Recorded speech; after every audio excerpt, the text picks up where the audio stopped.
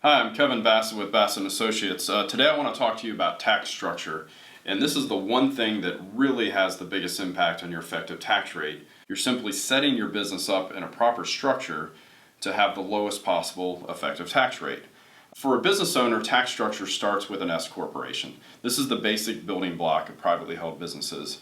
And in 80% of the cases, maybe most of all what you need.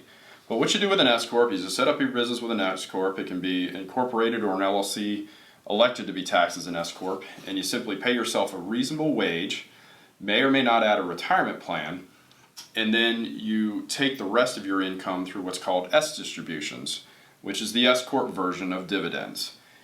And the beauty of the S distributions is you're going to pay no self-employment tax, you're going to pay no Medicare tax on these, you won't pay any Obamacare tax on it, and under the new tax bill, you also are eligible for what's called the Section 199A deduction. And if you're an eligible business with the proper income levels, it means you could exclude up to 20% of that K1 income you get from your S Corp from taxation, which basically knocks 20% off your effective tax rate. Now, you may also have some investments, perhaps some large real estate or other investments that will go in an LLC, but for your business itself, the S Corp might be all you need.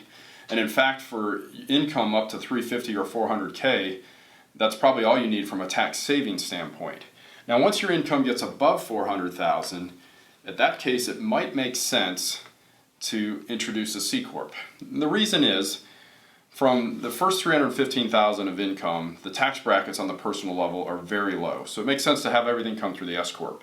But above that, that's when the tax brackets start to get higher. So shifting some of your income to a C Corp allows you to take advantage of the 21% tax rate, which was given to C Corps under the new tax law.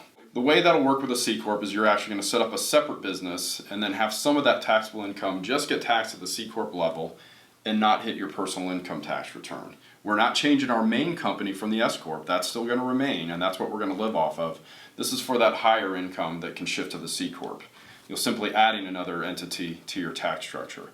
So in our next video, we're going to talk about how properly running a C Corp and how to keep it compliant with the IRS.